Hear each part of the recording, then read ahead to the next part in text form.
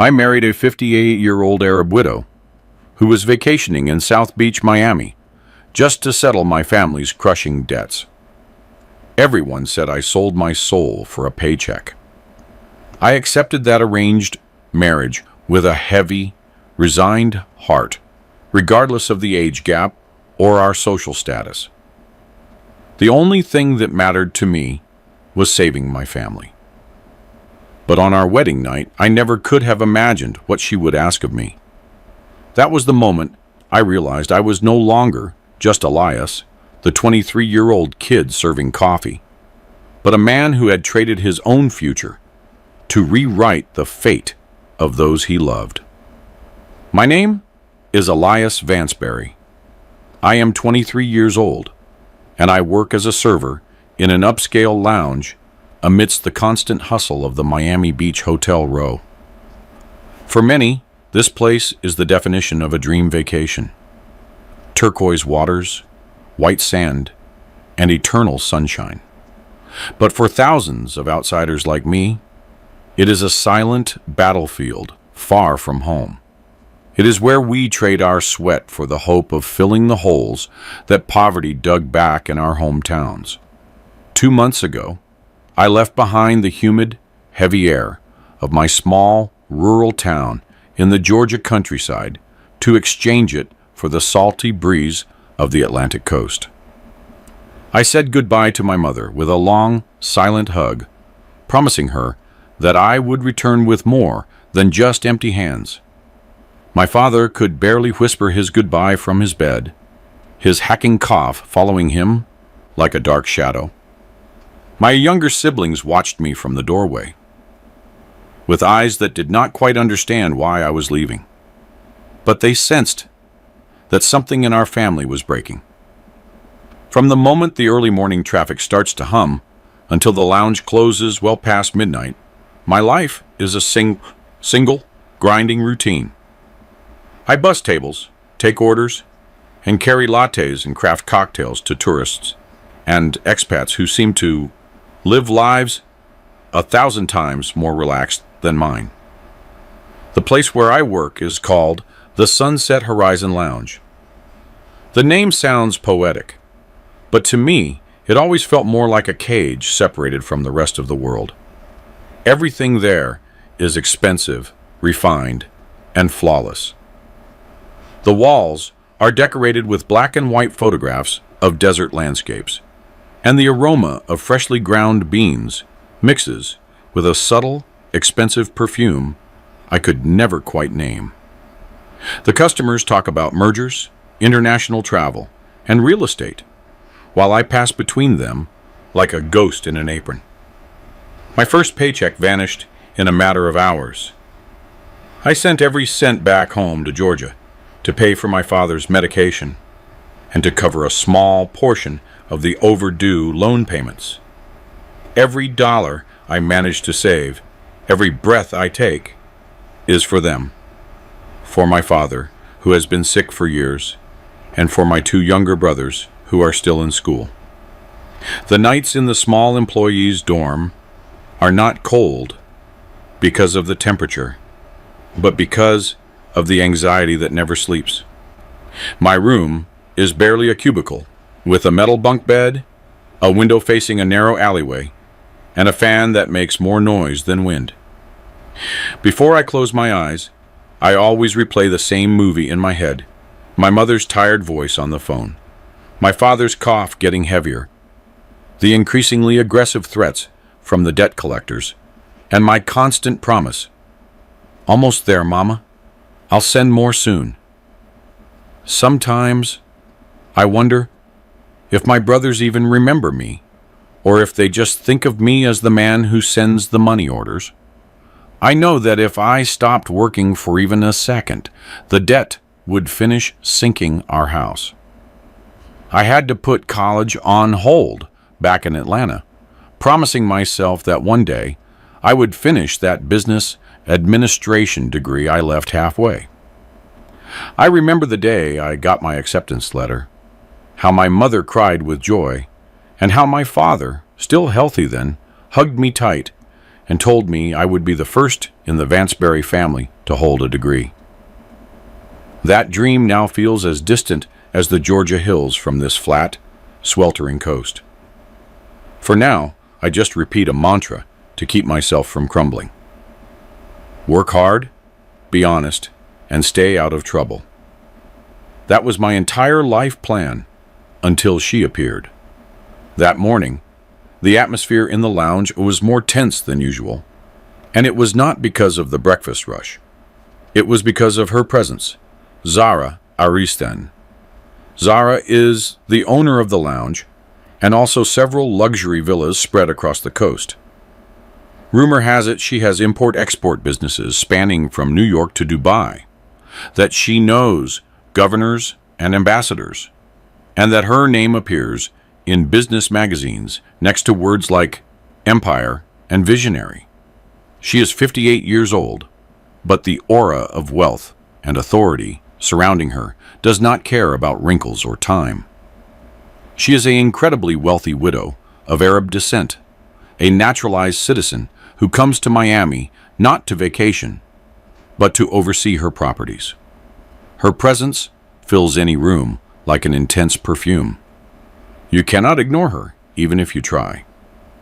When Zara arrives, everyone, from the barista to the manager, moves faster, stands straighter, and stays much quieter. She rarely speaks, but her dark, piercing eyes seem to strip away every detail and find every flaw.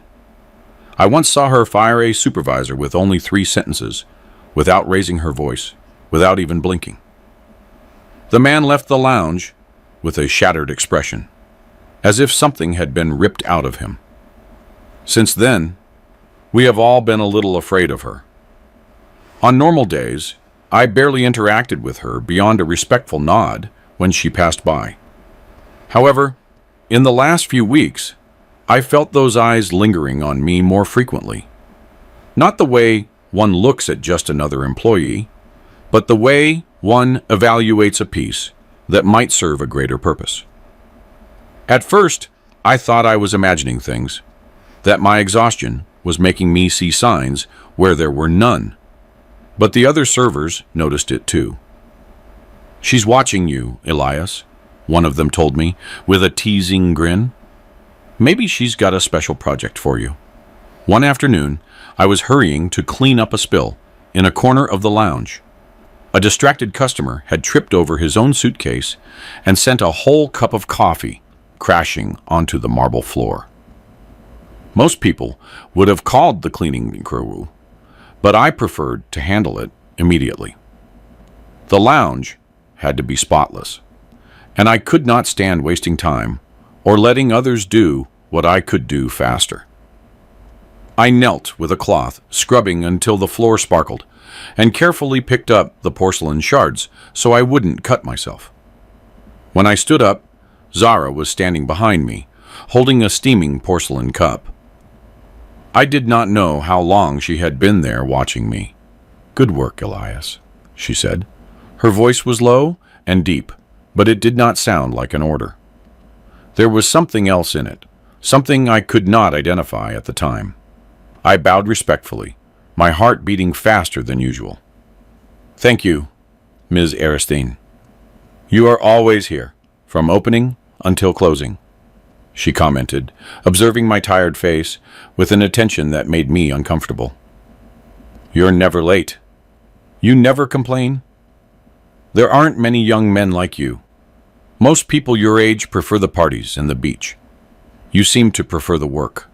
I could only give a stiff smile, not knowing how to answer.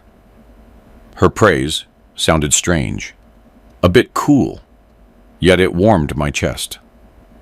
To me, it was not a virtue. It was an obligation. If I complained, who would pay my father's hospital bills? Who would keep my brothers in school? I did not have the luxury of choosing rest. "I just try to be responsible, that's all," I replied, lowering my gaze. Zara nodded slowly, as if my words confirmed something she already suspected. In her look, there was something that went beyond a casual conversation between a boss and an employee, as if she were weighing every trait of my character. She said nothing more. She took a sip of her coffee and returned to her table by the window, overlooking the ocean, from where she seemed to contemplate a future that only she knew. Over the following days, I noticed Zara coming to the lounge more often. She was no longer just reviewing papers and talking to the manager. She would sit for hours observing the flow of the place, and her eyes always ended up landing on me. Once, while I was serving an espresso, I saw her smile slightly when I leaned down to pick up a napkin. Another time, when I stayed late to organize the stockroom, I found her at the kitchen door, watching me like someone studying a painting. She said nothing to me, but her presence was like a constant question I did not know how to answer. The manager began treating me better, giving me the best shifts and avoiding reprimanding me even when I made small mistakes. Something is happening, I thought. Something I don't understand. 2 days after that conversation, the blow that split my life in two arrived like a rogue wave crashing against the shore. It was late. We had just closed, and I was wiping crumbs off the counter when the phone vibrated in my uniform pocket. The screen glowed in the darkness of the empty lounge. Seeing my mother's name, my heart sank. She almost never calls after 10 at night. She says late-night calls are bad omens. That could only mean one thing: bad news. I rushed into the small back storage room for some privacy. The smell of roasted coffee and damp cardboard enveloped me as I closed the door behind me. "Mama, what happened, Juan?" I asked, my voice trembling. On the other end, I did not hear the strong woman I knew, the one who raised chickens and sold produce at the market, the one who never complained even when she was in pain. I heard someone drowning in sobs, her voice broken, like stepped-on glass. I hadn't heard her cry like that since my father fell ill 2 years ago. "Forgive me, son," she said between gasps. "They had to take your daddy back to the hospital, to the intensive care unit. The doctor says it's worse this time, that it's serious. He says if he doesn't get specialized treatment soon, he might..." She didn't finish the sentence, but she didn't have to. I knew what came next. I felt like I couldn't breathe. All the effort of these 2 months on the coast crumbled in a second. The double shifts, the tips saved in a jar, the sleepless nights spent crunching numbers. All of it was useless. I leaned against the cold wall of the storage room, feeling my legs give way. "Tell me slowly, Mama. Calm down. What do they need?" I managed to say, though my voice sounded like it was coming from someone else's body. She explained that my father had suffered a severe respiratory crisis and a high fever. He had been coughing up blood for 2 days, but hadn't wanted to tell me anything so I wouldn't worry. The hospital expenses this time were much higher than before, far beyond the money I had just sent. And that wasn't even counting the medications that had to be bought separately. I hadn't even finished swallowing that news when the second blow came, more brutal than the first. "And the collector came back today, son," she whispered, with a voice that seemed to beg for forgiveness.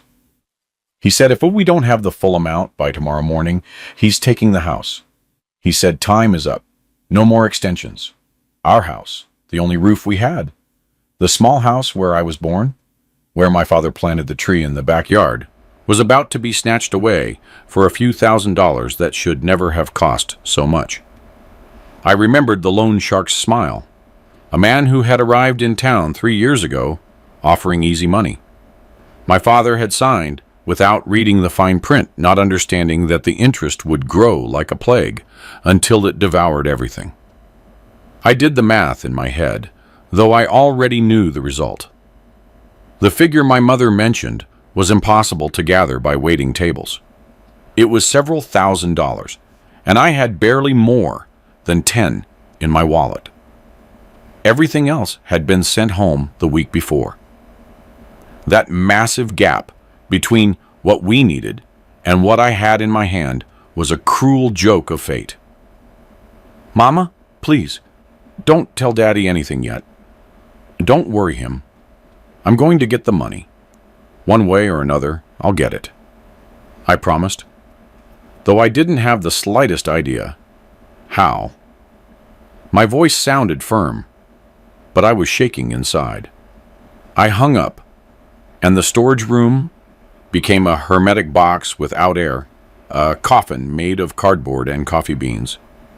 I began pacing like a trapped animal, tripping over boxes and shelves. Who could I borrow from? I didn't know anyone I could trust in Miami.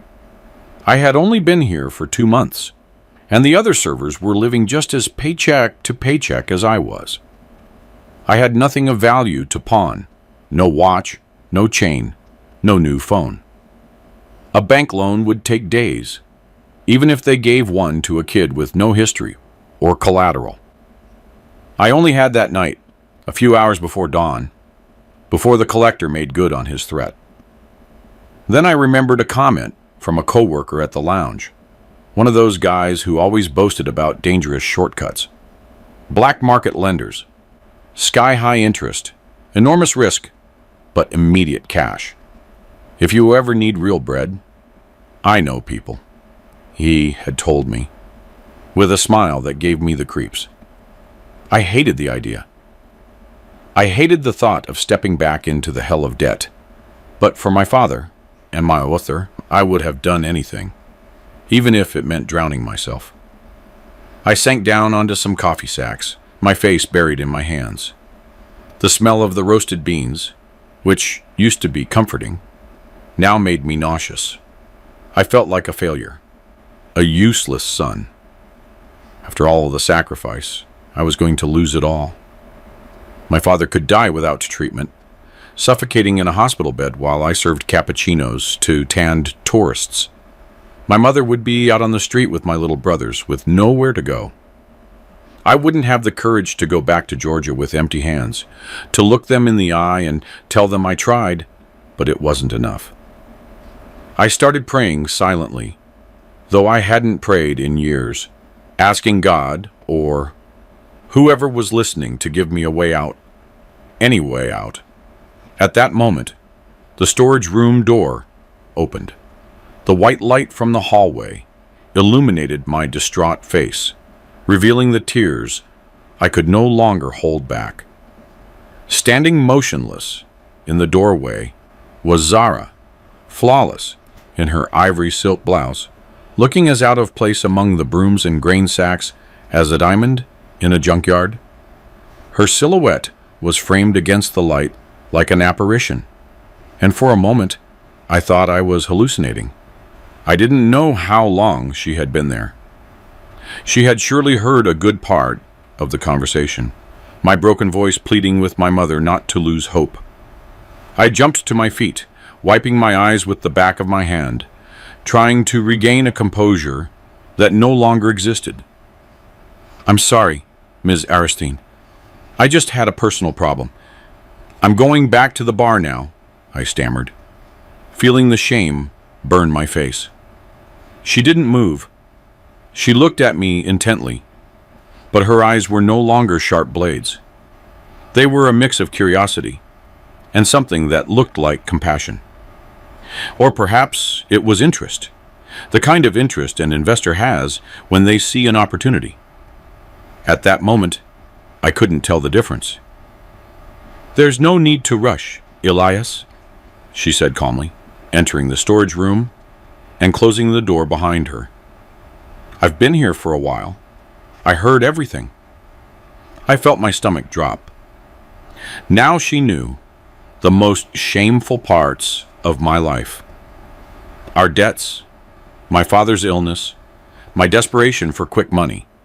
even the temptation to go to the black market lenders. Everything I had tried to hide, all the dignity I had left, was exposed before the most powerful woman I knew. "Don't go looking for those people," she added in a tone that sounded like a warning. "I know them. They will destroy you. Sit down. We need to talk." I obeyed by instinct and sank into a folding chair in front of her, still shaking. The silence was thick, charged with something I couldn't name. I hated that someone saw me at my lowest point. I felt naked, exposed, in front of a woman who, from my perspective, could never understand what it's like to fear losing your home over late payments. She had probably never known hunger, the shame of being unable to pay, the humiliation of begging a lender for one more week. "Don't feel ashamed," Zara began, as if reading my thoughts. "Financial problems are not a disgrace. What is disgraceful is running from responsibilities, abandoning your own, giving up without a fight. And you have done none of that." She paused, took a deep breath, and held my gaze with an intensity that made me look away.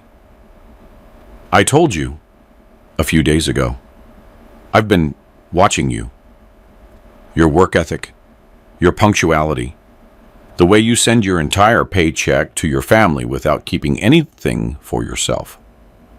That loyalty and that seriousness are not common. I have known many men in my life, Elias. Rich men, educated men, men of the world. None of them have what you have." I remained silent, waiting to see where she was going. In my head, there was only one persistent question. Is she going to fire me for crying on the clock? Is she going to humiliate me further? But there was also a spark of irrational hope, like a shipwrecked man seeing a light on the horizon without knowing if it's a ship or an illusion. "I know you need a large sum," Zara continued, crossing her legs and adopting a more professional tone. "You need it today before dawn. Your father is in the hospital. The collector is threatening to take the house. I don't need the details. I already understand. I have seen this story many times." She leaned in a bit toward me and lowered her voice as if she were about to say something crazy. "A dangerous secret that no one else should hear. I can settle your family's entire debt. I can secure your father's treatment and your brother's education until they finish college. Tonight, Elias, before the sun comes up." I felt the air rush back into my lungs. It was as if someone had lifted a ton of stone from my shoulders that I had been carrying for as long as I could remember. My eyes filled with tears, but this time they were not from despair. They were from something I didn't dare call hope. "I don't know how to thank you, ma'am," he meanly said, words tumbling out, almost stuttering. "I'll work for you for the rest of my life. I'll pay you back in installments, with interest, however you want. I'll do whatever you ask. I'll scrub this lounge with my bare hands if I have to." Zara slowly shook her head, and an almost imperceptible smile appeared on her lips. But it wasn't a warm smile. It was a smile that, instead of reassuring me, gave me goosebumps. Like when you sense you are about to cross a door from which there is no return. "I don't want your installments or your interest, Elias, and I don't need you to work more than you already do," she answered with a calmness that contrasted with the chaos in my head. "I don't need your money. I have more than I could spend in 3 lifetimes. What I need is something else, something that money cannot buy so easily." I swallowed hard, feeling sweat run down my back. If she didn't want my money or extra work, what could she possibly want from me? The world suddenly started spinning slower. The storage room walls seemed to close in on us. "Then what do you expect from me?" I finally asked, cautiously, almost afraid to hear the answer. Zara rested her hands on her knees, looked at the wall for a second, as if preparing the exact words, and then looked me straight in the eyes. Her pupils sparkled under the dim light of the storage room, and for the first time, I noticed something vulnerable in them, something that didn't fit the image of the invincible businesswoman everyone knew. "I want you to marry me." The storage room started spinning around me. I was sure I had misheard, that my exhausted mind was playing a cruel joke on me. Maybe I was too tired. Maybe my desperation was making me imagine things. Marry Zara? A woman the age of my mother? My boss? The owner of all of this? A woman who could have any man in the world. Millionaires, actors, diplomats. And she was here in a storage room that smelled of stale coffee, proposing marriage to a small-town waiter. "I'm sorry, what?" I managed to say, almost laughing from nerves, like when you receive news so absurd that your brain doesn't know how to process it. "There must be some mistake, Ms. Ariston. You could have anyone you want." "There is no mistake, Elias. I know it surprises you. I also know that what I am proposing sounds at the very least strange, perhaps even offensive. But I am serious. I want you to be my husband." She insisted without looking away. Blood rushed to my face. This was no longer a simple offer of help. It was becoming the most absurd, humiliating, and bewildering proposal I had ever heard in my life. I felt like my dignity was being trampled, like I was being bought like a piece of furniture or an ornament. Was my life worth so little? A pile of cash in exchange for marrying a stranger who was also my boss? I saw myself 10 years from now, turned into the toy of a lonely millionaire, the laughing stock of everyone I knew. "Why me?" I finally snapped, with a contained anger I couldn't hide. "Can't you find someone your own age? Someone from your circle? Your level? Someone who truly loves you, who wants you for who you are and not what you have? Why a waiter who didn't even finish college?" Her expression didn't change. She remained calm, secure, as if she had anticipated every one of my objections. "Precisely because all the men at my level only see my bank accounts," she replied with a hint of bitterness. "I don't need more ambition, Elias. I already had a marriage full of passion and overflowing ambition. It ended up killing my husband, and it almost killed me. Now I'm looking for something else. Calm, peace. Someone I can trust, and someone who can trust me. I see in you something I don't see in them. Honesty, love for your family, the capacity for sacrifice. That is more valuable than a fancy title or a famous surname." She stepped a little closer. Her words began to sound like a verdict, like a sentence that had already been written. "I know this is a deal, Elias. I'm not asking you to fall in love with me. I don't intend to force you into anything your heart isn't in.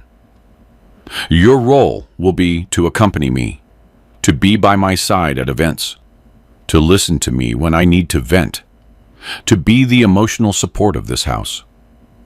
I am tired of fighting the world alone, of coming back to an empty house where only the echo of my footsteps waits for me. Or you can go to those black market lenders. Get yourself in debt for life with people who don't hesitate to break legs, and watch them take your house in a few hours while your father suffers in a hospital." The brutality of that last sentence pierced me like a knife.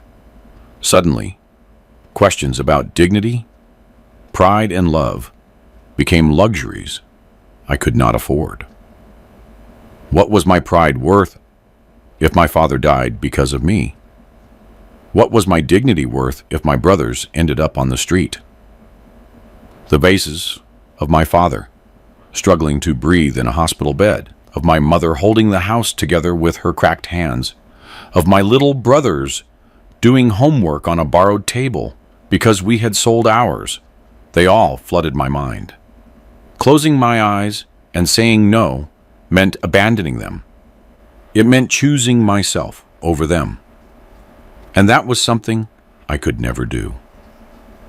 I looked at my trembling hands, the same hands that had carried trays and scrubbed dishes for 2 months without rest, the same hands that had hugged my mother before leaving, promising her that everything would be okay. For my mother, for my father, for my brothers, I murmured, looking up at her with wet eyes. I accept. I will marry you. My voice sounded cold, foreign, as if I were hearing it from outside my own body. It was not a promise of love. It was a declaration of sacrifice. Zara smiled, this time without mystery, with a relief that for her was a victory and for me a sentence. But I also saw something else in her smile, gratitude, as if I had given her something she had been searching for a long time. The next morning, I was no longer wearing my waiter's uniform. I was sitting across from Zara in a private suite of a 5-star hotel in Miami, a place where the towels were softer than any sheet I had ever touched, and where breakfast cost more than my weekly paycheck. Between us, on a veined marble table, there was not a drink menu, but a pile of legal documents. In just a few hours after that conversation in the storage room, Zara had moved everything with the efficiency of a machine. She had made calls, sent emails, moved money between accounts.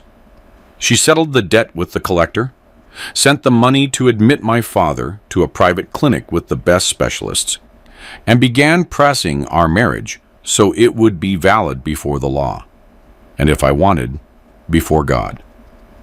The efficiency of a businesswoman like that is terrifying. Months of anxiety tied around my family's neck were resolved in a single night, while I could barely keep my eyes open. I felt relieved and, at the same time, empty, as if my rusty chains had been traded for new ones, shinier and heavier. I still didn't fully understand what he had done, what I had accepted. Here is the proof that the house is no longer in danger, Zara said, sliding a thick envelope with the payment receipts toward me. Your family is safe. I've already spoken with your father's doctor. They are moving him to a better unit. Now, let's talk about our agreement. I nodded, trying to look professional, hiding the trembling of my fingers under the table. This is not just a deal, she continued, pouring coffee with precise movements. We are going to get married for real. That will give you responsibilities, but also rights. I don't want you to think I am buying you. I want you to understand that you are entering a partnership. I understand, I replied, though I wasn't sure I understood anything.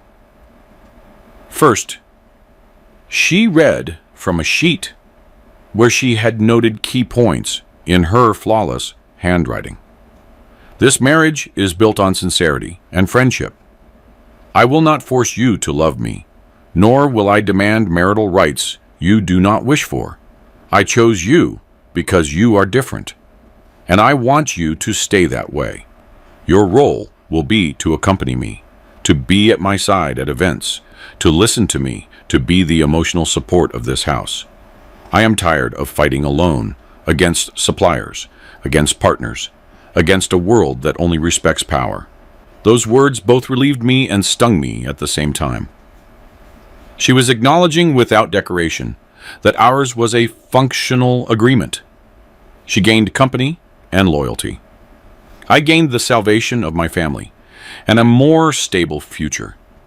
There was no romance, no illusion, only numbers and needs that fit into an emotional spreadsheet. Second, the money, she continued, gently tapping the table with her fingers. All my assets will remain mine.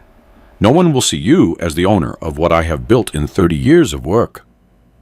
You will have a dignified monthly allowance, enough for yourself and to send to your family. You will be free to help them as you wish, but you cannot get involved in the major business or properties unless I explicitly ask you to. Does that seem fair? It seemed more than fair. I wasn't hunting her for her fortune. I only needed my father to live and my brothers to study.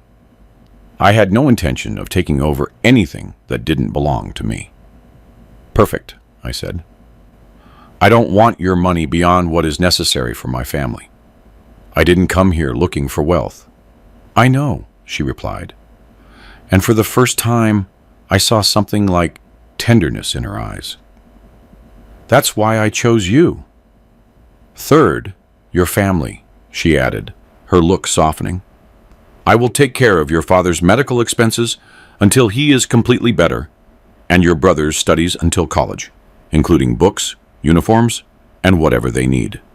But on one condition, you must not hide our marriage from them. You can spare them the details of this agreement. That's our business. But they will have to know who I am and that I am the one protecting them now. I don't want to be a shameful secret, a lie you have to maintain. I swallowed hard, feeling a new weight fall on my shoulders. How do you explain to your mother, a small-town woman who believes in romantic love and fairy tales, that you've married a woman older than her, your boss, a rich stranger, to save them? What if they feel guilty? What if they think I sold myself? What if they hate her for it and hate me for accepting? What if they don't accept it? I asked, sincerely, fear tinging my voice. What if my mother thinks I sacrificed myself and can never forgive herself? What if my brothers see me as a traitor? Zara smiled with a confidence that threw me off, as if she had already thought through every possible objection. They won't reject me if they see you happy by my side, she answered. Your job will be to convince them and tell them. You chose me because you saw someone sincere in me, someone who offered you a future when you needed it most. Tell them you saw the opportunity for a quiet life and a career by my side. Make them feel proud, not guilty. Don't tell them about the storage room or the tears. Tell them about the hope. It was my new duty. A white lie to let their hearts rest. A beautiful story to cover the uncomfortable truth.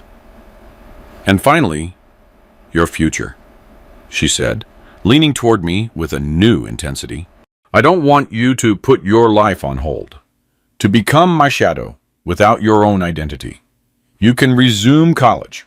I will pay for your studies, whatever you want, wherever you want.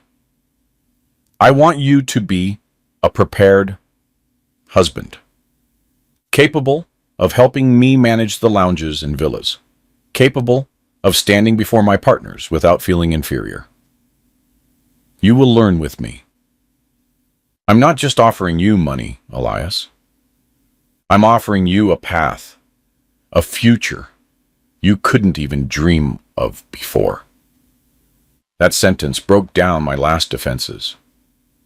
She was not just buying my present. She was also buying me a future. The degree I had abandoned, the dreams I had buried. Everything was becoming possible again. With a heart full of gratitude, fear, and a strange sense of vertigo, I took the pen she offered me. On the paper, it read that Elias, 23, and Zara, 58, were joining in marriage. I signed with a hand that barely shook, sealing my destiny with black ink. The ceremony was simple, almost discreet, in a private room overlooking the ocean. A few witnesses, a judge who looked over our documents with impassive professionalism, and some of Zara's relatives who scrutinized me with a mix of curiosity and suspicion. I could feel their eyes fixed on me. Who is this boy? Where did he come from? What is he looking for? I did not bring anyone from my family. Zara and I agreed that we would get married first and give them the news later to prevent them from trying to stop me. I was no longer the waiter from the Sunset Horizon Lounge, but the young husband of a powerful woman. The ring on my finger felt heavy, alien, like a golden shackle. We did not return to the hotel after the ceremony. Zara took me to her private residence in an exclusive cliffside area overlooking the Atlantic. A villa of architecture that was a blend of Arab style and modern American design, with stone arches, murmuring fountains, and gardens that smelled of jasmine. The house was open to the ocean, through a massive window that framed the horizon like a living painting. Each room was the size of my entire house back home. The marble floors reflected the light like mirrors, and there were more bathrooms than people. It was a dream house, enormous, silent, and strange. I walked through the hallways feeling like I didn't belong there, that at any moment someone would come and tell me there had been a mistake, and that I should go back to scrubbing dishes. That night, our first as husband and wife, the tension inside me reached its limit. I was sitting on the edge of a bed far too large for me, in a room adorned with carved wood and dim crystal lamps that cast dancing shadows on the walls. I was waiting for my wife. My wife? The phrase still sounded foreign to me, like a language I hadn't learned. The fear wasn't just about the age difference, but because this marriage had not been born of love, but of necessity. I was terrified of what Zara might demand of me in the name of that signed paper. I imagined the worst, becoming an object, a bought body, a trophy she would display to her friends to show she could have whatever she wanted. The bathroom door opened with a soft click. Zara came out in a silk robe that made her look elegant, mature, imposing. She wore her hair down, without the stiff executive style, falling over her shoulders like a dark curtain with threads of silver. She looked more relaxed, more human. But on her face there was not a trace of unrestrained desire. She sat in an armchair across from me instead of approaching the bed, maintaining a respectful distance. "You look tense, Elias," she said in a soft, almost motherly voice. "You're pale. Your hands are clenched like you're waiting for a blow." I nodded, unable to hold her gaze. My eyes were fixed on the marble floor. "I'm sorry, Zara. You're nervous," she finished for me. "You've been imagining 1,000 terrible scenarios since we signed those papers. Am I wrong?" I didn't answer, but she knew she had guessed right. She smiled, not with mischief or hunger, but with tenderness, almost like a mother calming a frightened child. "Let's forget the words, husband and wife in the traditional sense for a moment," she proposed, leaning toward me a bit. "I didn't marry you to force you into anything. I chose you because I saw honesty in your eyes, because I saw a man capable of crying for his family in a storage room without feeling shame. I want company, peace, someone to remind me that life is not just work and meetings and numbers on a screen. I don't intend to treat you like something I bought. I want you to feel safe here. This is your home now." She stood up and walked toward the window overlooking the dark sea. The full moon painted a silver path over the waves, and her silhouette was framed against that light like a figure from another time. "I have already loved with badness, Elias," she said, her voice tinged with a melancholy. I had a husband I adored with every fiber of my being, and I lost him. I saw him fall in front of me. I saw him die in my arms. I don't want to repeat that story. Now, I only look for tranquility. A companion, not a slave, nor a toy. Someone who is there when I wake up in the early morning with nightmares. Someone who forces me to eat when work makes me forget I have a body. I turned on the bed, incredulous. Her words were so different from the nightmares I had had that I felt the knot in my chest slowly loosen. I started breathing again, feeling the air reach my lungs. I'm not going to force you, she concluded, turning to look at me. This is also your home. I will be your friend, your travel companion. The rest, if it ever has to come, will come on its own. There is no rush, no obligation. She turned off the main light, leaving on a dim lamp that gave an orange glow, and lay down on the far side of the bed, giving me space without touching me. I stayed motionless for a long time, assimilating every gesture, every word. The woman I had imagined as a cold buyer, a collector of human trophies, revealed herself as someone surprisingly careful with my dignity. The fear faded, replaced by something new, respect, and perhaps the first bud of something like genuine gratitude. That night, I did not sleep in terror, but with a strange sense of security. For the first time in months, I had no nightmares. The first days in Zara's villa were surreal, like living inside a movie I hadn't chosen to star in. I went from a tiny, stifling room with damp-stained walls and a mattress that smelled of mold to a bedroom that was almost twice the size of my entire house, back in Georgia.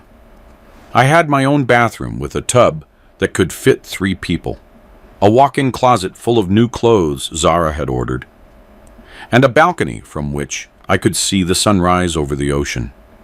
At first, I would wake up before dawn, out of habit, ready to clean tables or scrub dishes, as if I were still the waiter from the lounge. My body did not understand that the rules had changed. More than once, I caught myself about to wash the breakfast dishes when Zara's voice would stop me. Elias, take it easy. You're not the kid in the uniform anymore. There are people paid for that here.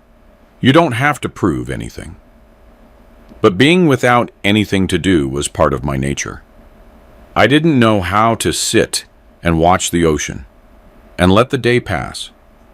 I felt useless, like a piece of decorative furniture taking up space without contributing anything. Our agreement said I should be her support, so I began looking for ways to fulfill that role. Not out of contractual obligation, but out of a mix of commitment and gratitude that was growing in my chest. I soon discovered that behind all that luxury, Zara lived trapped in an exhausting and lonely routine that no amount of money could alleviate. Her real estate and export business controlled everything. She spent hours in front of her laptop calling clients in different time zones, going out to meetings, and returning late, still answering emails with bloodshot eyes. She ate poorly, slept little, and her only company was screens and papers. Many nights I would find her asleep on the sofa in her office, with her glasses crooked and the laptop screen still on, showing endless spreadsheets. The first time I saw her like that, I stood in the doorway not knowing what to do, but something pushed me to step closer. I approached slowly, like someone approaching a wounded animal. I turned off the computer carefully, put a wool blanket over her shoulders, and brought her a cup of herbal tea I made from a recipe my mother used for insomnia. Chamomile, linden, and a touch of honey. Zara, it's late. We should go to bed, I would whisper, gently touching her shoulder. She would open her eyes confused, as if she didn't know where she was. Are you still awake, Elias? She would ask. rubbing her forehead. "I was waiting for you." "You need to rest," I would answer. In her eyes, udiered but bright, something like gratitude began to appear, something I don't think anyone had given her in a long time. Over time, that small gesture became a routine. In our nightly ritual after dinner, often just for two at an enormous table that could seat 20, Zara began to vent. She no longer talked to me about profit percentages or million-dollar contracts, but about how hard it was to negotiate with greedy people who only saw numbers, about how heavy it was to be the boss of everyone when no one saw you as a person, about the loneliness felt when returning to a gigantic house where no one waited for you with a hug or asked how your day had been. I listened intently, without pretending to be a business expert, without pretending I understood investments. I didn't give her financial strategies or business advice that wasn't mine to give, but I did give her something she had never had: validation. I understand. It must be exhausting dealing with people who only see numbers and don't see the person behind them, I would tell her. You do more than enough. You deserve to rest. You deserve someone to tell you it's okay to let your guard down every once in a while. Thus, little by little, I stopped being the kid from the storage room and became her emotional refuge. She no longer had to feign strength in front of me. She could just be a woman in her late 50s, barred and alone, with wrinkles that makeup didn't entirely hide, and aches that no doctor could cure. That sincere support, which was not born of money, but of my sense of responsibility, and perhaps something deeper I didn't yet know how to name, began to bear visible fruit. Zara looked more serene, less tense. She still worked a lot, yes, but she allowed herself to turn off the laptop before midnight. She started eating better, sleeping more, smiling more frequently. I found a strange happiness in seeing her relax, in knowing that of all the things her money could not buy, the calm I gave her was one of them. As the weeks passed, my role as a silent listener transformed into something more active.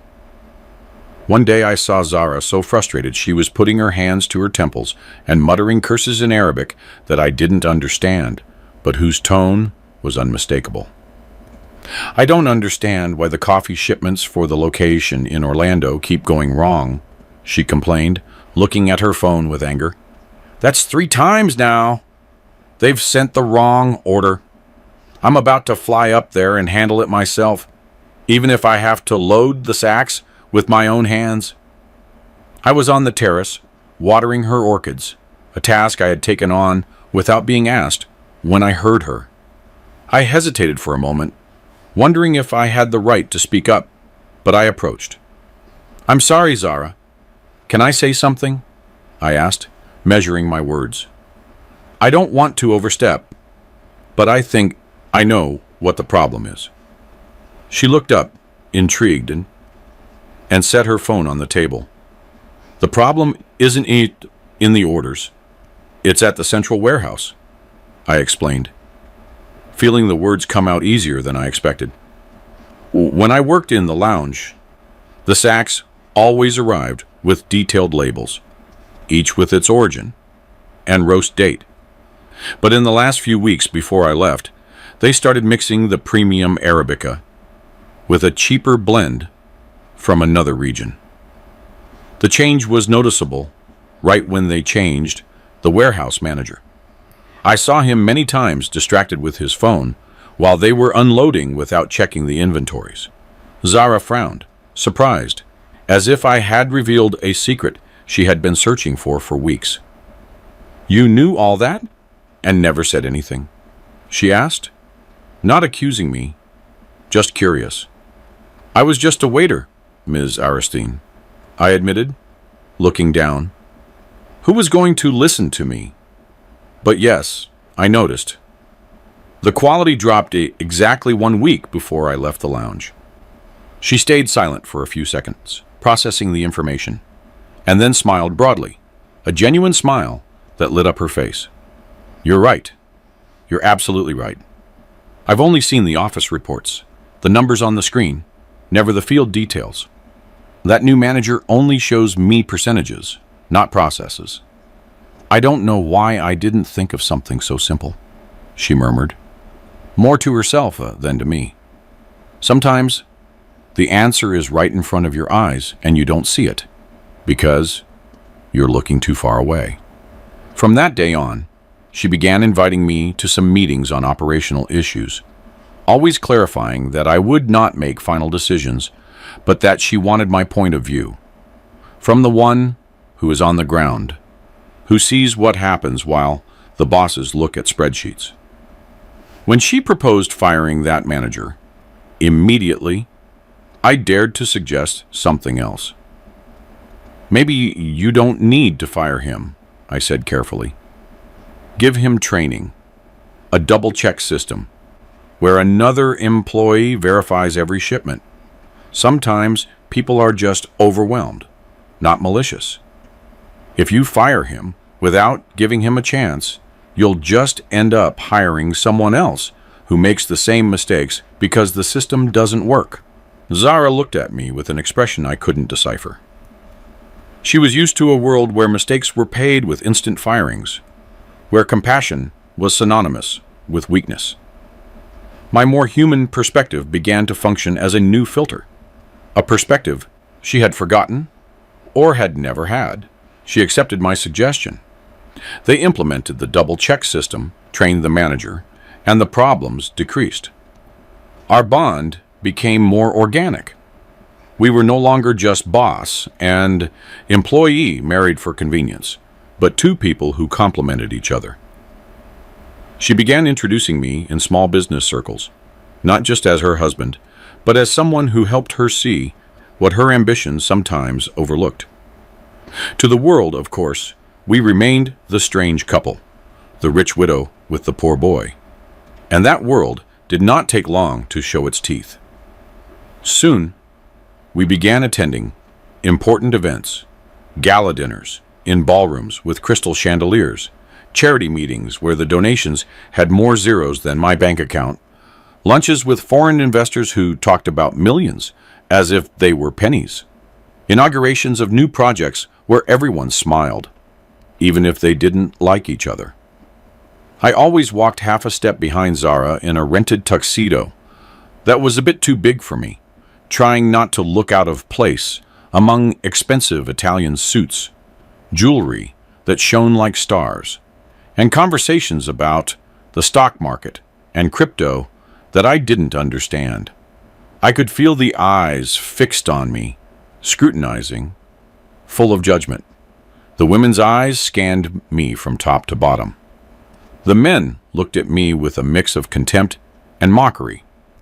I knew exactly what they were thinking. There goes the gold digger. Another pretty boy who hooked a lonely millionaire. He sold himself to the highest bidder. One night during a very exclusive dinner at a 5-star restaurant, that suspicion became audible.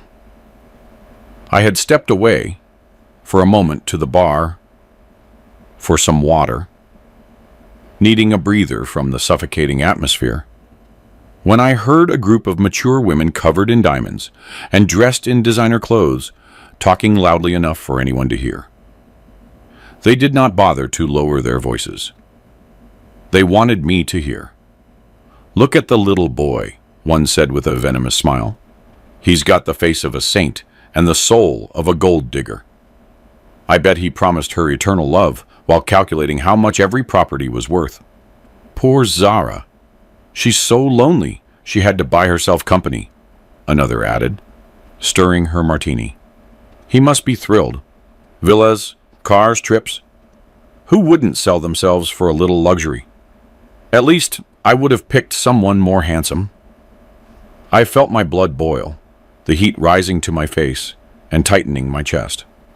I wanted to turn around and tell them I hadn't asked for any of this, that I had done it for my family, out of desperation, not for luxury or greed. I wanted to scream, that they knew nothing of my story, the sleepless nights, the fear of losing everything. But I held back. I clenched my fists under the bar, digging my nails into my palms. I was not just myself. I was the representation of Zara. If I made a scene, if I responded to their provocations, the mockery would fall on her. They would say she had chosen a savage without education, an impulsive man without class. I took a deep breath, squeezed the water glass until I feared I would break it, and returned to her side as if nothing had happened. She was talking to some investors, smiling with that professional business smile. She saw me arrive pale, my jaw tense, and my eyes bright with contained rage. She said nothing then, but her hand found mine under the table and squeezed it gently, as if to say, "I know. I'm sorry. I'm here." That small gesture calmed me more than any word could. As we finished the event and walked toward the car under the Miami stars, she took my arm firmly, stopping me before I got in. "You heard them, didn't you?" she asked in a low voice, looking directly into my eyes. "It doesn't matter, Zara," I lied, trying to smile. "I'm used to it. I know what they think of me. It's nothing new." "It matters to me," she replied with a hardness in her voice that was not directed at me. "No one has the right to talk to you like that. No one." She said nothing more that night. We drove home in silence, each lost in our thoughts. I thought the subject would end there, just another one of the many poisonous whispers I would have to learn to ignore. I was wrong. The next day, Zara organized a formal lunch at the Sunset Horizon Lounge, the very place where I had served lattes and cleaned tables just a few weeks before. The irony was not lost on me. She invited several influential partners from her circle, including some of the women who had spoken ill of me, and especially a veteran businessman known for his sharp tongue and cruelty disguised as honesty, Mr. Sterling Whitmore. He was a man in his 70s with a vulture-like face and small eyes that sparkled with malice. It was said he had ruined more than one competitor with just one well-placed comment. I was summoned. I felt like I was being taken to a public trial where I was the accused and everyone else was the jury and executioner. During the meal, the conversation revolved around business, investments, and projects. I remained quiet, eating little, feeling like every bite was choking me. Until Sterling, smiling with false concern while tinkling his fork against his wine glass, launched the question everyone wanted to ask, but didn't dare. "Zara," he said, with a voice as honeyed as a serpent's, "we are all very happy to see you so accompanied. It's good to see you aren't alone. But let's be honest, among friends, Elias is very young, and until recently, he was a waiter in your lounge, right? Serving cappuccinos to tourists. Aren't you worried that his intentions aren't as noble as they appear? I mean, with such a fortune at stake, with so many properties and businesses." He left the sentence in the air, as if he were genuinely worried about her, when in reality, he was trying to humiliate me in front of everyone. I was about to open my mouth and defend myself, to tell him he knew nothing of my life, or my reasons, but I felt Zara's hand squeezing mine under the table with force. "Let me. I'll handle it." She set her fork on the plate with a deliberate gesture, wiped her lips with the napkin, and looked at Sterling with a serene but firm expression that chilled the air. Then her gaze swept across everyone present, one by one, like a general inspecting her troops before battle. "I am not worried in the slightest," Zara answered with a clear voice that filled the room. I know Elias's intentions perfectly. I know them better than any of you could imagine. We married because we both needed each other, and because he is, above all, sincere. More sincere than many people at this table. Do you want to know why I chose a former waiter instead of a bank director or a CEO with a Harvard MBA? Everyone fell silent. Even the servers stopped moving. I felt my heart stop. Because Elias is the only one at this table who didn't see my bank account first, but the person behind it, Zara continued, never looking away from Sterling. He settled his debts with his family at the cost of his pride, and today he honors his commitment to me with a loyalty that none of you could buy, even if you tried with all your money. You wonder how much he earns for being by my side, how much I pay him for every smile. I would ask you, how much is the peace of mind worth that he gives me every night when he turns off my computer and forces me to rest? How much is it worth to have someone who listens to you without judging you, who cares for you without expecting anything in return? You can't pay for that. That has no price. Then she leaned forward, and her voice dropped to a tone that was almost a threat. If anyone here doubts the integrity of my husband, you also doubt my judgment as a businesswoman. You doubt 30 years of experience choosing partners, suppliers, and employees. And if that is the case, if you think I have become so foolish as to let myself be fooled by a boy, perhaps it is best that we do no more business together. She finished with a cutting coldness that made several guests shift uncomfortably in their chairs. The entire table went silent. The only sound was the distant clinking of silverware in the kitchen. Sterling hurried to apologize, red with shame, stammering excuses that no one believed. The Marshalites, who had whispered the night before, looked down, suddenly very interested in their salads. I, on the other hand, had to swallow the tears that burned in my eyes, tears of gratitude and of something deeper that had no name. Zara was not just defending her young husband. She was betting her professional reputation on me. She was putting years of relationships and important business on the line just so no one would ever speak ill of me in her presence again. That night, back at the villa, I took her hand as we sat on the living room sofa, in front of the window, framing the dark sea. The moon was reflected in the waves like silver fragments, and the silence was comfortable, intimate.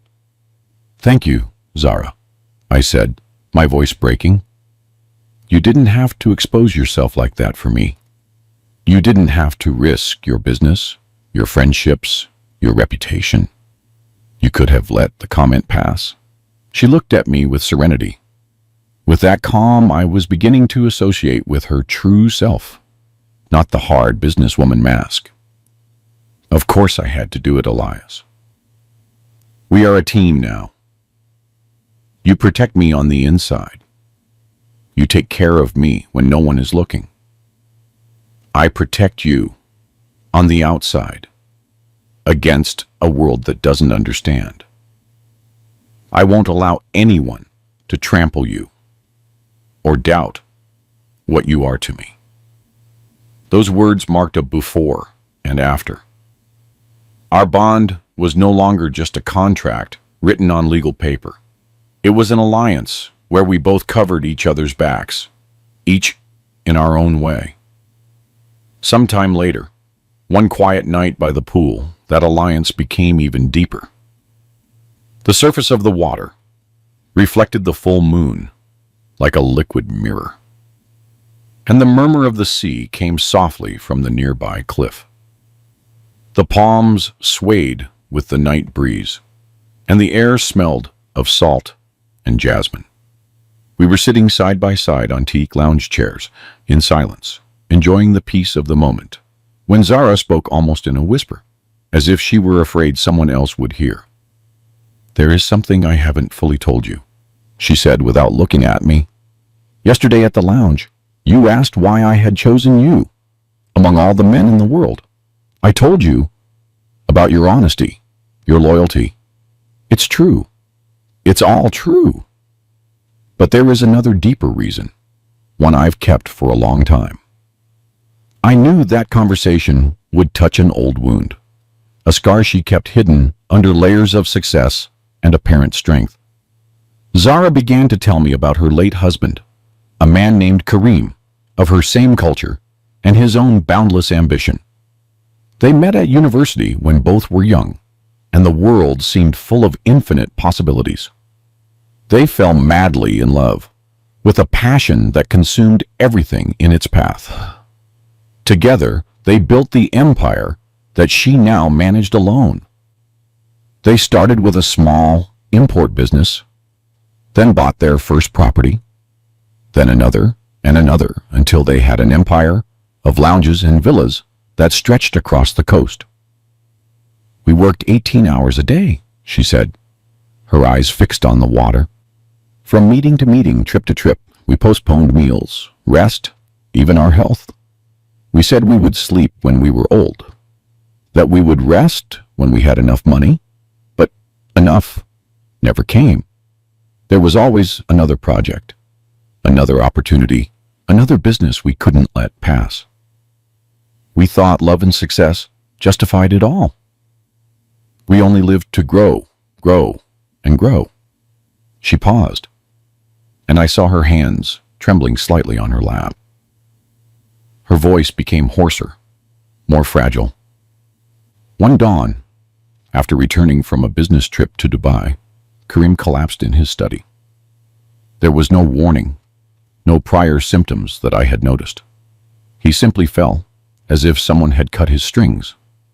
A massive heart attack. The doctor said his heart was exhausted, that he had lived with the stress of a 70-year-old man, even though he was only 45. He died in my arms, Elias. He died while I pleaded with him, not to leave me, to open his eyes, to tell me it was a cruel joke. Her eyes filled with tears, but she did not cry out loud. It was a silent, heavy weeping, accumulated through years of pretending she was fine.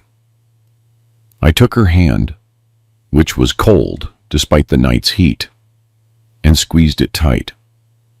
I said nothing, because there were no words that could ease that pain. He left, leaving me all this wealth, all these properties, all these businesses, and a void that nothing filled, she continued. Money to buy whatever I wanted, but no one to share it with. Power to order hundreds of employees, but no one to ask me how I felt. Then I understood that we had lived wrong, that we had sacrificed our lives, our peace, our health, and his heart for a pile of properties that meant nothing without him. I kept going with the businesses because it was the only thing I knew how to do. But I felt lonely, as never before in my life. She took a deep breath, as if it were hard to continue, but she did anyway. When other men approached after his death, they brought the same spark in their eyes that Karim had in his last years, pure ambition. They saw in me a ladder to wealth, not a companion. They courted me with pretty words, but their eyes calculated the value of every property. One after another, I rejected them all. I preferred to be alone than with someone who only wanted me for what I had. Then she said the phrase that completely changed how I saw our marriage. The phrase that was etched into my memory like a tattoo. When I saw you at the lounge, Elias, I saw something different. I saw you work late and send every dollar to your family without keeping anything. I saw you clean a coffee spill without calling anyone, without expecting recognition. I saw you turn off my laptop and bring me an herbal tea, without asking for anything in return, without expecting a reward. I saw the shadow of my husband when he was still good, when he still loved me more than money. but without the fever of ambition that killed him. You know what it is to sacrifice for love, but you also know where the limits are. I don't want a man who pushes me to die working. I want someone who forces me to live. I felt a knot in my throat that prevented me from speaking. Suddenly, I no longer saw myself as the poor boy bought by a rich woman, as the shameful trophy of a lonely millionaire, but as part of a healing plan Zara owed herself. I was not her whim or her amusement. I was her second chance. I haven't just offered to save your family, she concluded, turning to look at me with wet but firm eyes. You are also saving me, Elias. You are giving me a second chance to live with calm, to remember that there are things more important than business. Every time you force me to close the laptop, every time you bring me a cup of tea, you are doing what Kareem never did, reminding me that I have a body that needs rest and a heart that needs company. Thank you for trusting me more than I have trusted myself, I replied, my voice raspy with emotion. I promise I won't let you down. That night, we talked a lot about the future, about how we were going to organize so she would work less without neglecting the businesses, about my studies and the degree I had abandoned, about the family we could become, even if we weren't conventional. The pool water reflected our silhouettes as intertwined shadows, and for the first time, I felt that this strange marriage could become something real, something valuable. Our relationship entered a new phase after that night. We were no longer united only by the urgency of money or the contract signed in a hotel suite. We were united by a shared story of wounds and a search for peace. I began to see her not as my boss, nor as my savior, but as a travel companion who carried her own ghosts. However, there was still a massive bridge to cross. My hometown. I had already told my mother over the phone that I had gotten married, that the debt was settled, and that my father was better in the private clinic. I had decorated the reality with a beautiful lie, that I had fallen in love with Zara for her goodness because I saw something in her eyes I had never seen, and that she returned my love. My mother cried with joy. My father coughed a bit less that day, and my brothers said they wanted to meet her. But in every call, there was an uneasy curiosity, a question they didn't dare ask directly. They wanted to see her, touch her, confirm she was real, and not an invention of mine to calm them. It's time to go to your house, Zara said one day during breakfast, spreading butter on toast with precise movements. I almost choked on my coffee. To my hometown? Now?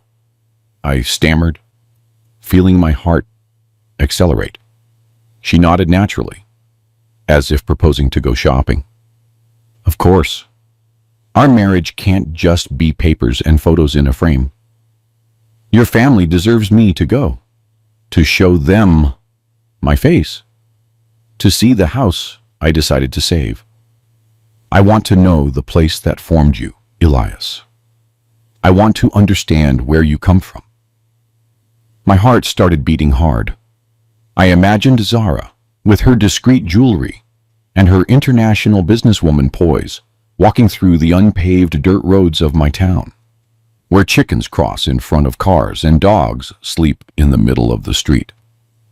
I imagined her reaction to entering our small house with cracked walls, stained cement floors, and furniture inherited from 3 generations.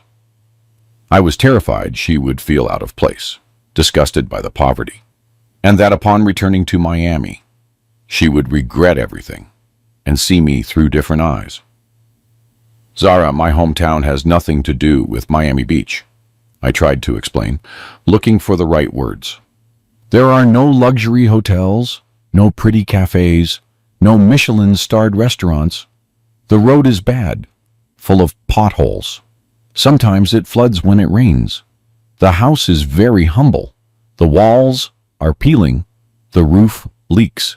The bathroom is a stall with a plastic curtain. I know, Elias, she interrupted, setting the toast on the plate.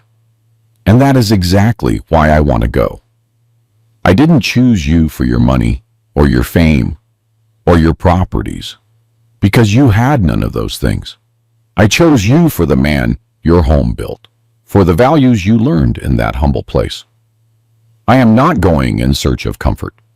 I am going to honor the place that made you who you are. Besides, I am a businesswoman. I have traveled to developing countries. I have visited factories in rural areas. I have seen every level of wealth and poverty that exists. I am not going to look down on your home. As a woman of tradition, Zara took this visit with a seriousness that surprised me.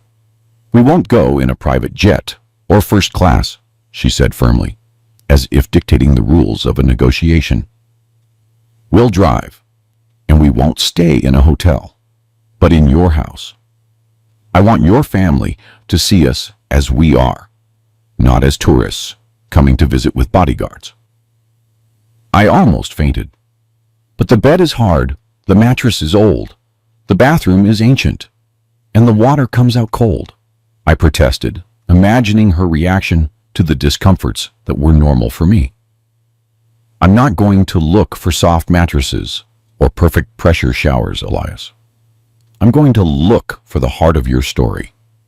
And your family needs to see that I am willing to step out of my comfort zone for you all. If I can't sleep one night in your house, what kind of wife would I be? She began preparing her suitcase with the same care she put into her negotiations. No designer dresses, no impossible heels, no jewelry that would call attention. She packed simple cotton tunics, discreet scarves to cover her head if needed, comfortable fabric shoes. She'd even asked me to teach her some phrases in the local dialect spoken by the elders of the town to greet my mother with respect. What if I pronounce something wrong and they laugh at me? She asked, laughing at herself while practicing in front of the mirror. They will laugh, yes, but with affection, I told her, moved. What counts is the effort. In my town, that is worth more than any expensive gift. Seeing her practice those simple words with such dedication, making mistakes and trying again, made my heart soften even more. Zara had not just paid our debts. She was doing everything possible to become a real part of us, to stop being a stranger with money and become someone loved. The drive was long, crossing asphalt highways, then dirt roads, then paths between cornfields, and blue mountains on the horizon.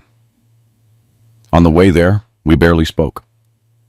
I was chewing over my nerves, thinking about every possible reaction from my family. Would my parents be ashamed to see her arrive? Would they see her as a savior, a miracle from heaven, or as the living proof of my sacrifice? Would they feel guilty that I had to sell myself to save them? The landscape changed from tropical palms to mountain pines, and with every mile I felt I was approaching a moment of truth I couldn't avoid. Finally, we turned onto the dirt path that leads to my house. There were no longer collectors hanging around the corner, just the silence of the afternoon, the singing of birds and the smell of wood smoke that I will always associate with my childhood. Zara put her hand over mine, which was gripping the steering wheel too tightly. "We're here," she whispered with a smile that calmed me. "Breathe, Elias. Everything is going to be okay." My mother, my father, already somewhat recovered and standing, though leaning on a cane, and my two younger brothers were waiting for us in front of the house, dressed in their most decent clothes, the ones they kept for town festivals. Their eyes were full of emotion and nerves, of expectation and fear. My mother was wringing her hands on her apron. My brothers couldn't stop moving. When Zara got out of the car, she didn't hide behind dark glasses, nor did she stay behind me like an uncomfortable guest. She walked toward them with a sincere smile, her head high, but without arrogance. She didn't look at the cracked ground full of weeds, nor the old furniture visible through the window, nor the peeling paint on the walls. She only looked at their faces. She hugged my mother with respect, holding her as if she were an older sister. She kissed her hand with a gesture of reverence she learned from her culture, and in the dialect she had practiced for weeks. She let out a clumsy but charming greeting that meant something like, "May your house always have blessings." The pronunciation was terrible, but the effort was evident. My mother burst into tears, but they were not tears of pity or shame. They were pure gratitude. She hugged Zara tightly, murmuring blessings in response. Zara refused to sleep on the best mattress we had, the one my brothers had yielded and prepared with clean sheets. She preferred the room where I had grown up, with peeling walls and damp stains, a window that barely closed and let in the early morning cold, and a thin mattress that sank in the center. She did not complain about the mosquitoes that buzzed all night, nor the bone-chilling cold, nor the rooster that crowed at 4 in the morning. She sat on the floor with us on an old, worn mat.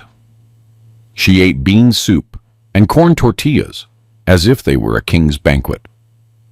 She listened to my brother's stories about school and football, and laughed with them when they told jokes I had forgotten. One noon, while the sun fell vertically over the yard, my mother served her hot tea in a dented tin cup, the same one we had used since I was a child. My mother's face was full of shame as she extended the cup with trembling hands. "Forgive us, Ms. Ariston. This is all I have," she said, looking down.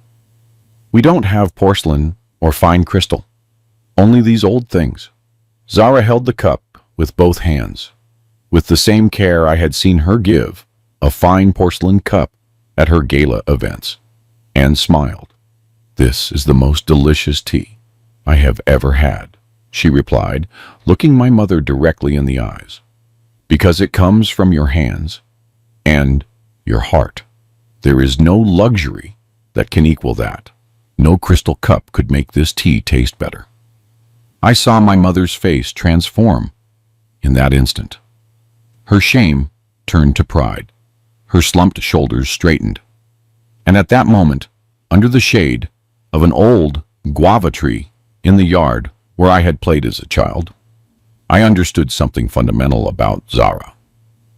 She was not a woman hooked on luxury, nor a capricious millionaire. She was someone capable of putting soul above appearances, of valuing a tin cup more than a crystal glass if it came from the right place. Then a massive truth hit me like a wave I didn't see coming. My father was better, breathing without the previous whistling, walking with his cane in the yard. The house was safe. There were no longer collectors threatening at the door. The debts were gone, erased as if they had never existed. My brothers would go to college. They would have a future. I was free. If I had wanted, I could have asked her for a divorce later, in a few months or a year. I could get my life back, my plans, now that everything was resolved. I was no longer tied by anything more than a signed paper and a verbal agreement. Legally, I could go.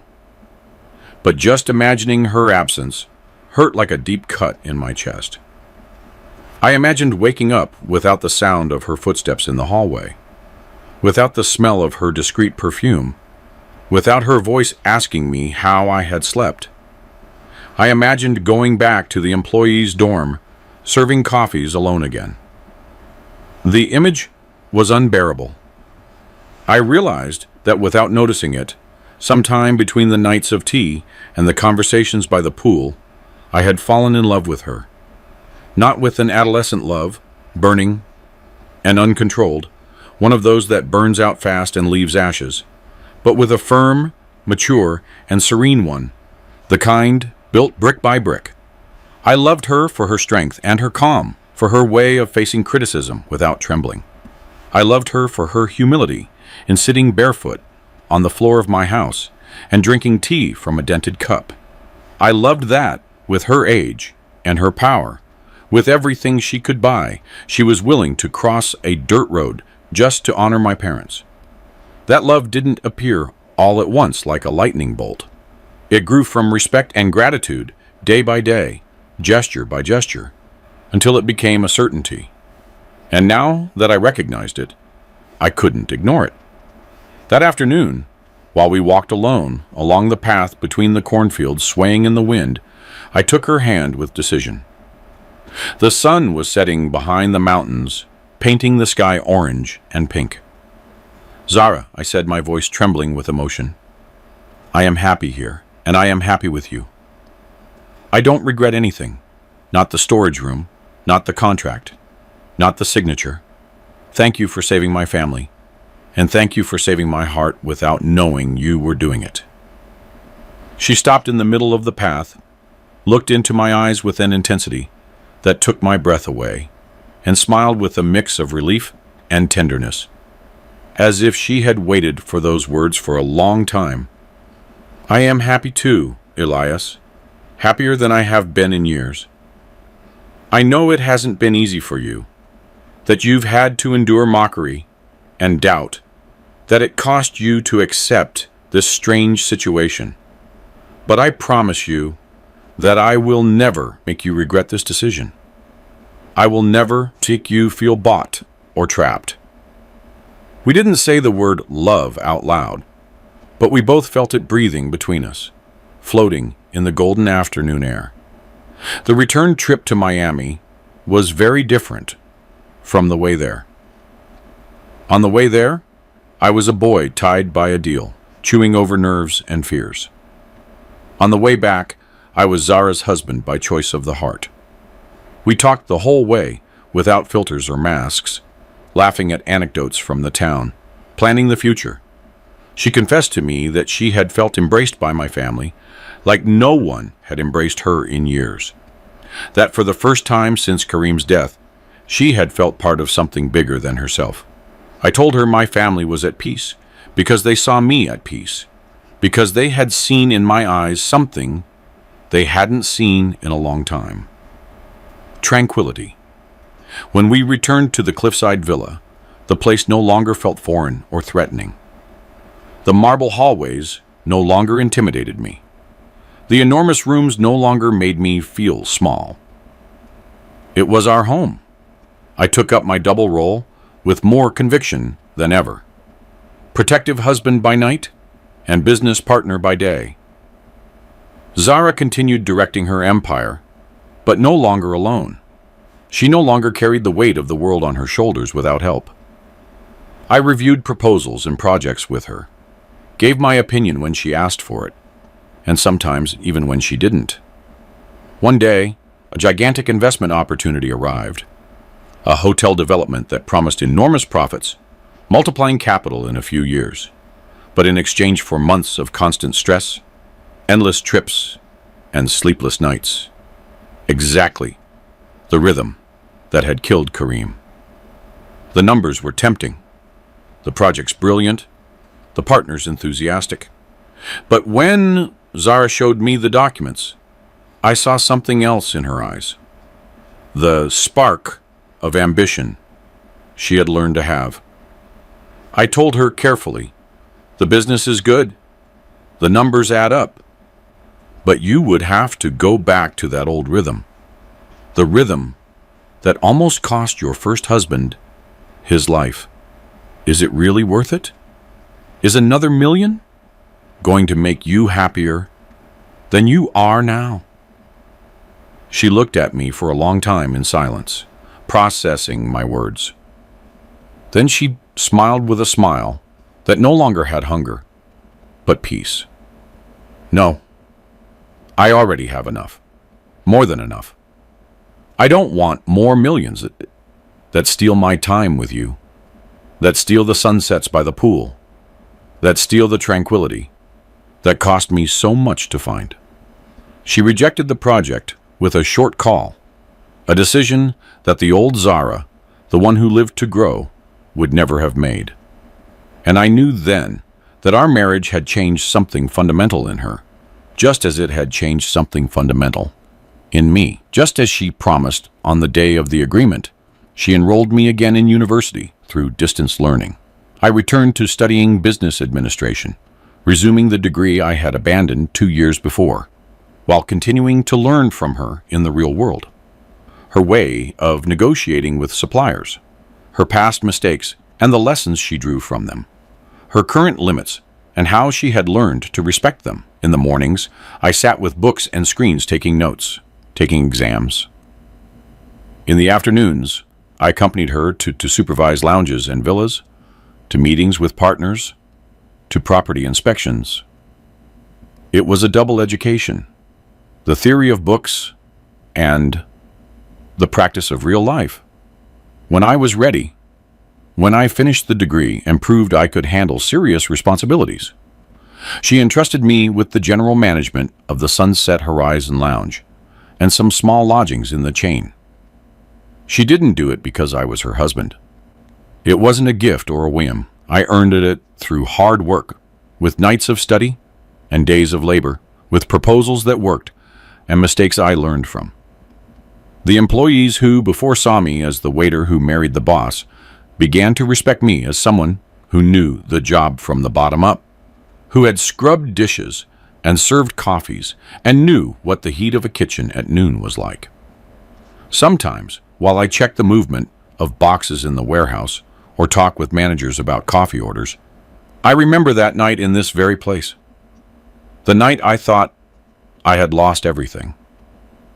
When I cried over the grain sacks while my world collapsed. There, desperate and alone, I accepted selling my future in exchange for saving my family. I thought it was the end of my dreams, the death of my dignity. Today I understand that in reality, I was buying something much bigger without knowing it. Not just a house free of debt, nor a university degree, nor a manager position. I was buying, without realizing it, the opportunity to know a different kind of love, a love I didn't know existed. On any given afternoon, Zara enters the lounge with a container in her hand, one she prepared herself in the kitchen at home. She no longer comes to review balances or inspect employees, but to eat with me, to share the lunch hour like any normal couple. She sits at our favorite table, the one overlooking the Atlantic sunset, the same table where a nervous waiter once served cappuccinos, never imagining what fate had in store for him. She smiles at me as if it were still a novelty to see me in a suit and tie, with my name embroidered on the shirt, giving orders instead of taking them. "How's everything going, honey?" she asks, using a word that now sounds natural in her mouth, without artifice or discomfort. "Good, very good," I answer, closing my notebook. "I've already made sure you don't have any meetings after 6 today. Tonight we rest. No laptops, no emails, no numbers." She laughs happily with that laugh I have learned to love more than any other sound. She lets me kiss her on the forehead, closes her eyes for a moment, and leans back in her chair, looking at the sky that is beginning to turn orange and pink. The sun hides little by little behind the sea, the same sea that before seemed like a cold and distant curtain, a reminder of how far I was from home. Now I feel it as warm as the soft closing of each day we share, like a promise that tomorrow there will be another sunset, and another after that. I am Elias Vansberry, the 23-year-old boy who married a 58-year-old rich widow to settle his family's debts. Everyone thought I was a gold digger, an opportunist, a sellout. What no one saw, what they couldn't understand, is that in that transaction that seemed so cold, in that contract that seemed so mercenary, I didn't just save our house and my father's life. I found the most serene and true love I ever imagined. A love that was not born of whim or blind passion, but of renunciation and sacrifice. And that has become the greatest wealth of my life. A wealth that no balance sheet can measure, and that no debt collector can ever take away from me. I'm really glad you're here and that I could share my story with you. If you liked it, show me by liking the video and subscribing to my channel. Let's see how many of us there are. Write in the comments which city you're watching from and what time it is. I'm so curious to know where all you wonderful people are tuning in from. If you want to support me a little extra, you can also send a small donation. I share new life stories for you every single day. And now, 2 of my most popular stories will pop up on the screen so you can choose what to watch next.